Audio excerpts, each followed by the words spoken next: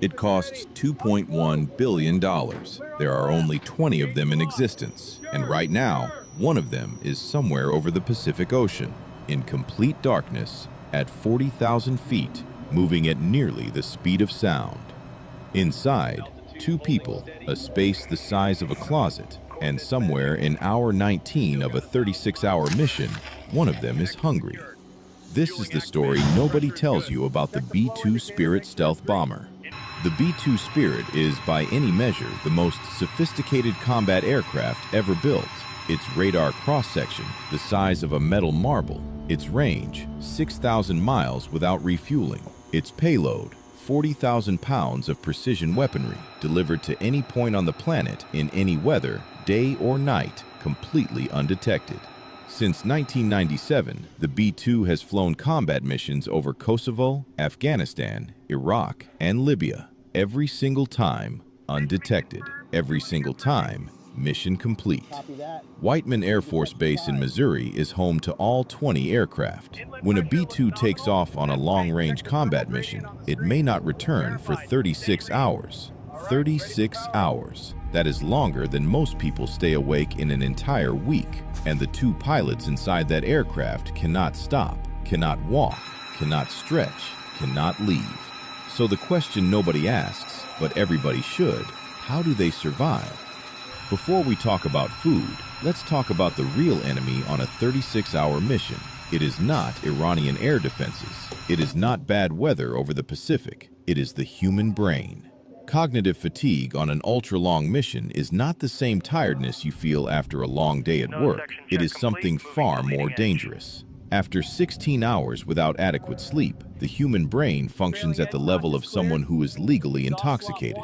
Let that settle in for a moment. Legally intoxicated. After 24 hours, reaction times reach dangerous levels. B-2 missions routinely exceed 30 hours. Here is what happens inside the brain during that time. The prefrontal cortex, the part of your brain responsible for complex decision-making, begins to shut down. Peripheral vision slows, and then come the microsleeps. Those are the moments, 2 to 3 seconds, where a pilot literally falls asleep without realizing it. At 850 kilometers per hour, 3 seconds unconscious means the aircraft has traveled over 700 meters with nobody at the controls.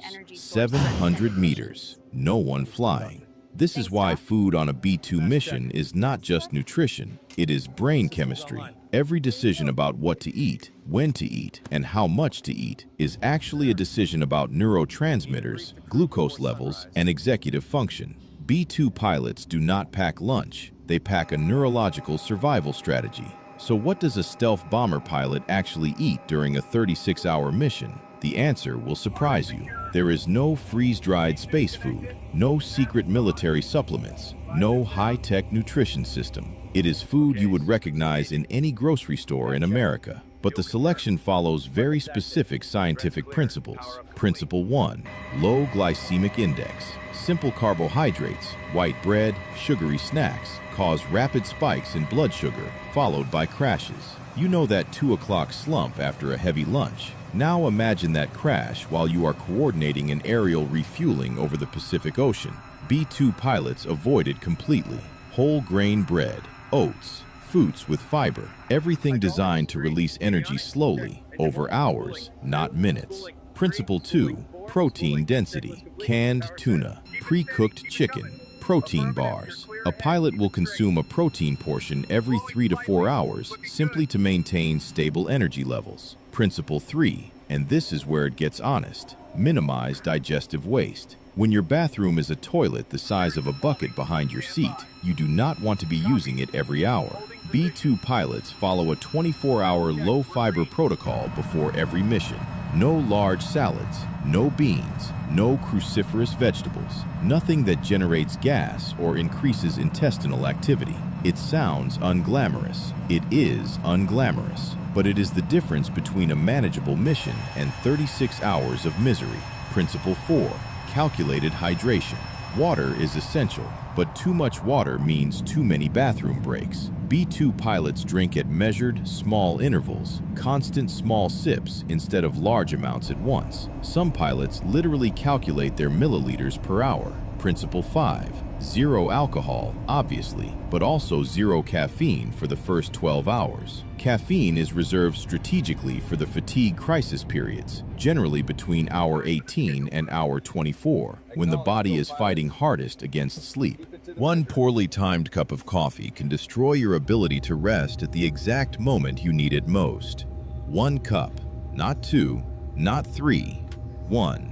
Now let's talk about where all of this happens. If you have ever flown economy class on a long international flight, you know that feeling of being squeezed. The B-2 cockpit makes economy class feel like a luxury suite. 2 seats, side by side. That is the entire width of the cabin. You cannot stand up straight. You cannot walk. You can crouch. You can crawl toward the area behind the seats. But walking is not an option. The ceiling is directly above your head when seated. Behind the seats, approximately 1 square meter of space. That is where everything lives. A microwave the size of a toaster, a portable cooler the size of a 6-pack of beer, and the toilet. The toilet deserves its own explanation. It is not a bathroom. It is not a restroom.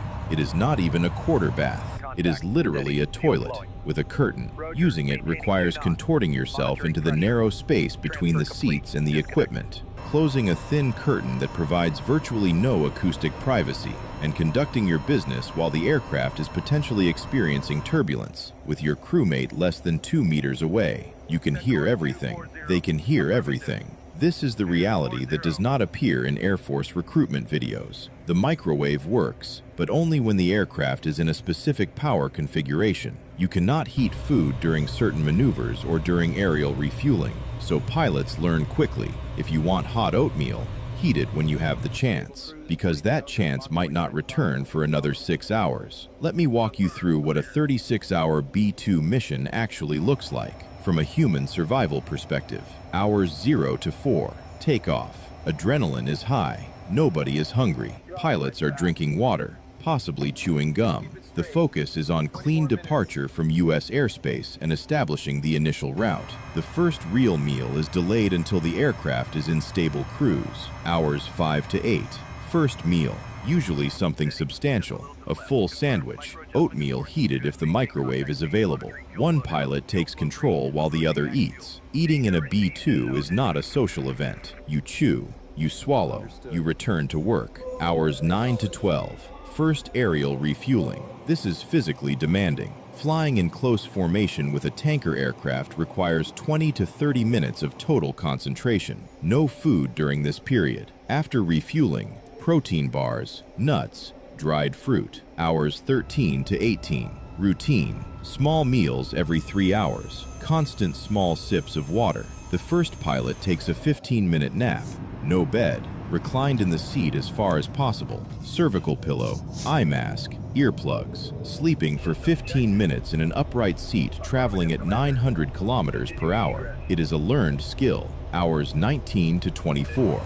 The wall. Every long-range pilot knows this period. Your circadian rhythm is screaming that it is time to sleep.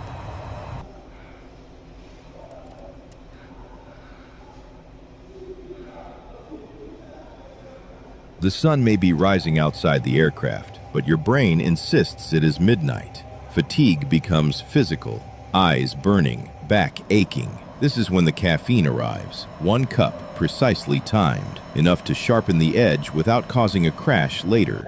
Hours 25 to 30, second and possibly third refueling. Communication between pilots becomes shorter, more functional. Nobody has the energy for conversation. Fatigue is deeply embedded now. Hours 31 to 36, the final push. If there is a weapons delivery phase, it usually happens here. The adrenaline of mission execution provides temporary focus. After weapons release, the long sail home begins. The last meal is light. Nobody wants a full stomach for landing. More water, and then, finally, the runway appears below.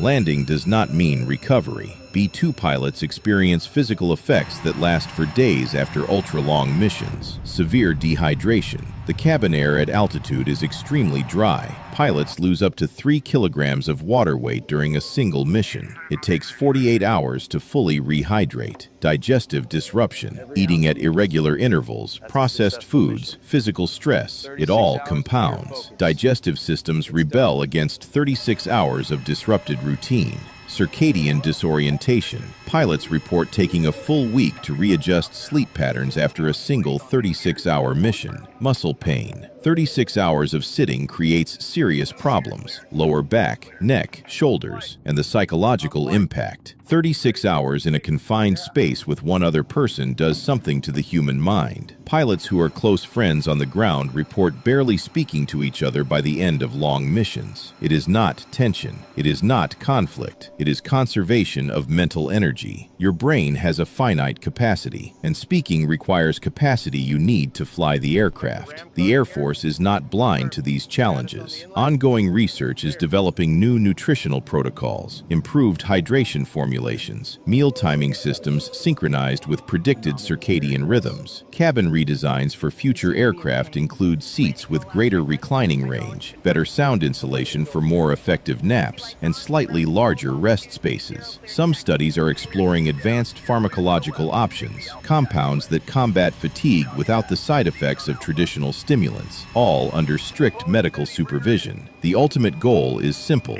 close the gap between what the aircraft can do and what the humans inside it can sustain. The B-2 can technically remain airborne for 60 hours. The humans inside it cannot. That gap is the next frontier. Here is the fundamental truth that no technology can change. The B-2 spirit requires human judgment. Automation handles much of the routine, but critical combat decisions, responses to unforeseen emergencies, real-time adaptation to mission changes, that requires humans. And those humans need to eat. They need to sleep. They need to use a toilet the size of a bucket. No matter how advanced the technology becomes, biology remains constant. The answer to surviving 36 hours in a $2 billion aircraft is not one thing. It is 100 small things. The right sandwich, the right sip of water at the right moment, the 15-minute nap timed with precision, the discipline to not drink that second cup of coffee. B-2 pilots are not superhumans. They are ordinary people who have learned to manage their biology with extraordinary precision. They have turned eating, drinking, and sleeping into tactical sciences. The next time you see a B-2 spirit at an air show, on the news, in a photograph, remember this. Inside that elegant, futuristic shape, two people are managing hunger, thirst, exhaustion, and the most demanding flying environment on Earth simultaneously. The most advanced bomber ever built depends on turkey sandwiches, protein bars, and the human will to stay awake for just one more hour. That is the beautiful paradox of modern military technology. We can build machines that challenge the imagination, but the people inside them still need to pack their lunch. Reporting on the human side of America's most extraordinary machines. The B-2 Spirit is the most advanced military aircraft ever built, and up to this time it has no rival, and from 1997 to this time it has never failed in any mission. So guys, what is your take? Kindly drop your reaction and comment in the comment box, and please don't forget to like this video and subscribe to my channel so that whenever we post a new video you'll be the first to receive a notification. Thank you for watching. God bless you.